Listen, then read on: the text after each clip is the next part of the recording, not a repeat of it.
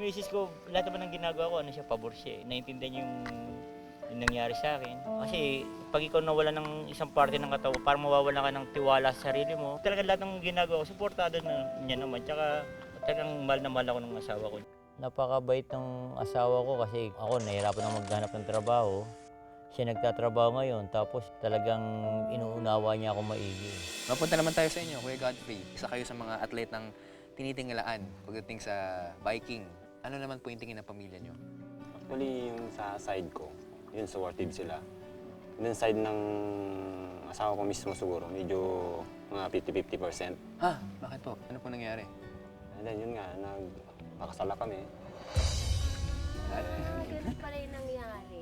Yun pala yun. Ay, may bisita kayo. Si Ano po? Nanay Annalyn. Nanay Misis Annalyn? po ni Kuya. Ito po si Kuya Godfrey, ang kanyang coach.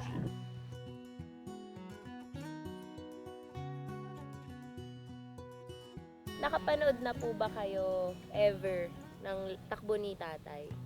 Hindi pa. Kasi usually nasa work nga ako. Pero sinusuportahan naman namin siya in a way. Hindi ko siya binabawalan pero pinapaalalahanan ko lang lagi na parang yung safety niya kasi kagaya niyan, isang paa na lang, yung normal. Siyempre ingatan niya yung katawan niya. Minsan siya parang tingin ko kahit na hirap siya or hindi niya kaya, pinipilit niya. Sabi ko yung kaya lang kasi parang wala naman siyang dapat patunayan sa sarili niya or sa amin. Na yung suporta nila talagang nakakainggit talaga. Actually, gusto ko rin mangyari sa akin yun. Kasi ang feeling ko kasi parang nag-iisa ako sa pamilya. Actually, may work naman ako, pero siguro, ang asawa ko kulang. Kulang na kulang siguro para sa kanya. Lagi kaming nag-aaway niyan about sa pera. Yun yung hindi naiintindihan ng asawa ko. Nagpupursige naman ako Hinahanap ko naman yung magandang trabaho Umahanap naman ako ng paraan Hindi lang naman sa trabaho, kundi sa sports. Makatulong sa ibang tao, maging inspirasyon, at makatulong sa pamilya.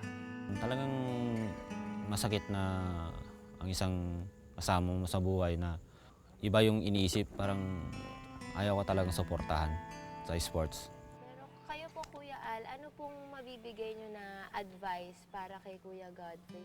Na maging mabuting asawa sa asawa niya. Matatanggap din siya ng mga kapamilya ng asawa niya dahil sa ipinapakita niya na kahit na may kapansanan siya, gumagawa siya ng kabubuhay niya. Ikaw naman. Si ate. Yung suporta po niya kasi sa amin ng kapatid ko, sobrang hindi po mapapantayan. Kaya po, parang babalik naman po namin sa kanya yung suporta na binibigay niya sa amin. Talagang pinagpala ako Masama rin ang loob ko nung nawala yung pa ako Pero sa pamilya ko, sila ang nagbibigay sa akin ng suporta o lakas ng loob para huwag pansinin yung mga bagay na ganun. Coach, maraming salamat po sa pag-training. Salamat po. Thank you po. Bigyan niyo ng chance.